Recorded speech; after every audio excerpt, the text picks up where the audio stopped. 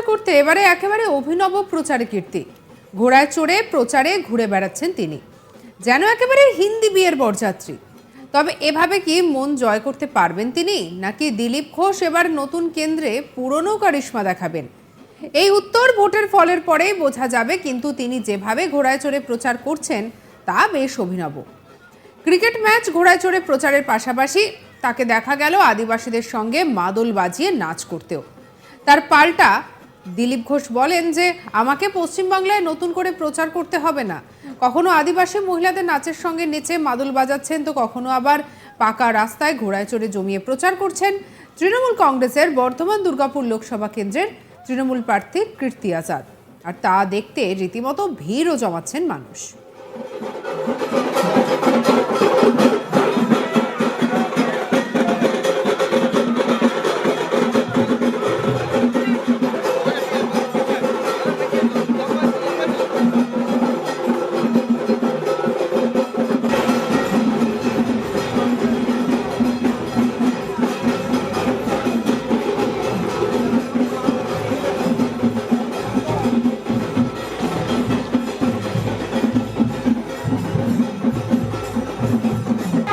প্রথম দিনে বর্ধমানের রাধারানী স্টেডিয়ামে লিগ ম্যাচ চলাকালীন মাঠে নেমে ক্রিকেট খেলে প্রচার শুরু করেছিলেন প্রাক্তন ক্রিকেটার কীর্তি আজাদ।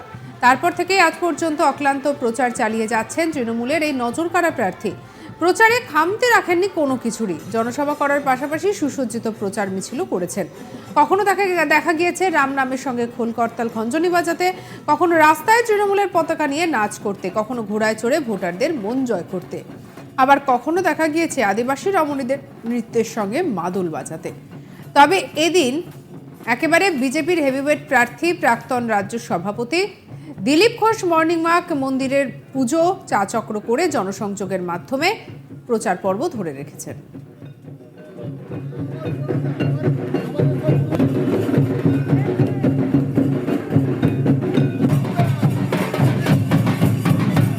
এদিকে নিজের প্রতিপক্ষে প্রচার নিয়ে মন্তব্য করতে গিয়ে দিলীপ ঘোষের সাফ কথা।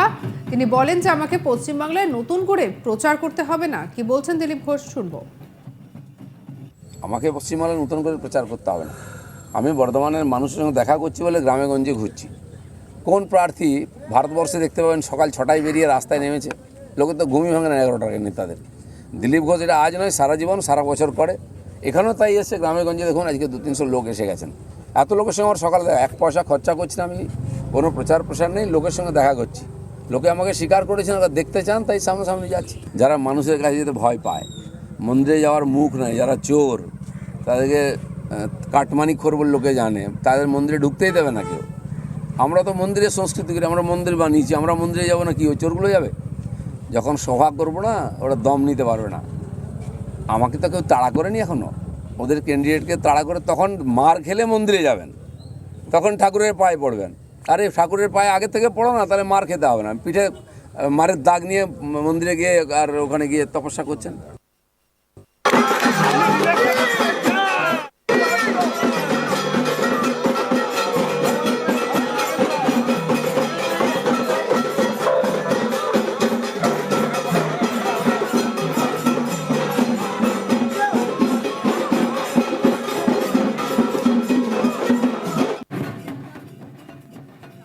একেবারে ভোটারদের মন জয় করতে অভিনব প্রচারে কীর্তি। ঘোড়ায় চড়ে প্রচার করে ঘুরে বেড়াচ্ছেন তিনি, যেন একেবারে হিন্দি বিয়ের বরযাত্রী। তবে এভাবে কি মন জয় করতে পারবেন, নাকি দিলীপ ঘোষ এবার পুরনো কেন্দ্রে একেবারে কারিশমা দেখাবেন?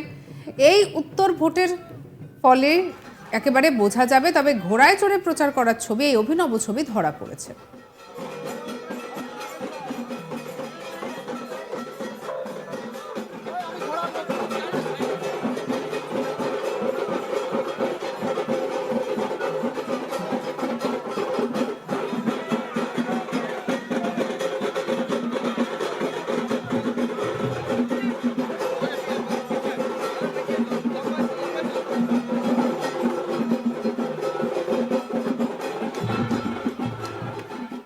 ক্রিকেট ম্যাচ ঘোড়ায় চড়ে প্রচারের পাশাপাশি তাকে দেখা গেল আদিবাসীদের সঙ্গে মাদল বাজিয়ে নাচ করতেও। তার পাল্টা দিলীপ বললেন, আমাকে পশ্চিমবাংলায় নতুন করে প্রচার করতে হবে না। কখনো আদিবাসী মহিলাদের নাচের সঙ্গে মাদল বাজাচ্ছেন তো কখনো আবার পাকা রাস্তায় ঘোড়ায় চড়ে প্রচার জমাচ্ছেন তৃণমূল কংগ্রেসের প্রার্থী। আর তা দেখে রীতিমতো মানুষের ভিড় জমছে।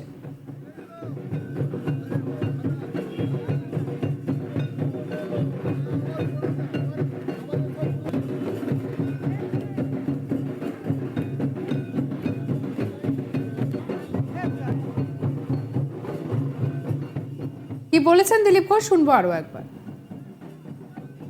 আমাকে পশ্চিমবাংলায় নতুন করে প্রচার করতে হবে না। আমি বর্ধমানের মানুষের সঙ্গে দেখা করছি বলে গ্রামে গঞ্জে ঘুরছি। কোন প্রার্থী ভারতবর্ষে দেখতে পাবেন সকাল 6টায় বেরিয়ে রাস্তায় নেমেছে? লোকের তো ঘুমই ভাঙে না 11টাকে নেতাদের। দিলীপ ঘোষ এটা আজ নয়, সারা জীবন সারা বছর করে। এখানেও তাই এসে গ্রামে গঞ্জে দেখুন আজকে 200-300 লোক এসে গেছেন। এত লোকের সঙ্গে আমার সকালে এক পয়সা খরচা করছি না, আমি কোনো প্রচার প্রসার নেই, লোকের সঙ্গে দেখা করছি। লোকে আমাকে স্বীকার করেছেন, ওরা দেখতে চান, তাই সামনাসামনি যাচ্ছি। যারা মানুষের কাছে যেতে ভয় পায়, মন্দিরে যাওয়ার মুখ নাই, যারা চোর, তাদেরকে কাটমানিখোর বলে লোকে জানে, তাদের মন্দিরে ঢুকতেই দেবে না কেউ। আমরা তো মন্দিরের সংস্কৃতি করি, আমরা মন্দির বানিয়েছি, আমরা মন্দিরে যাবো না কি ওই চোরগুলো যাবে? যখন সভা করবো না ওরা দম নিতে পারবে না। আমাকে তো কেউ তাড়া করেনি এখনও, ওদের ক্যান্ডিডেটকে তাড়া করে তখন মার খেলে মন্দিরে যাবেন, তখন ঠাকুরের পায়ে পড়বেন। আরে ঠাকুরের পায়ে আগে থেকে পড়ো না, তাহলে মার খেতে হবে না। পিঠে মারের দাগ নিয়ে মন্দিরে গিয়ে আর ওখানে গিয়ে তপস্যা করছেন।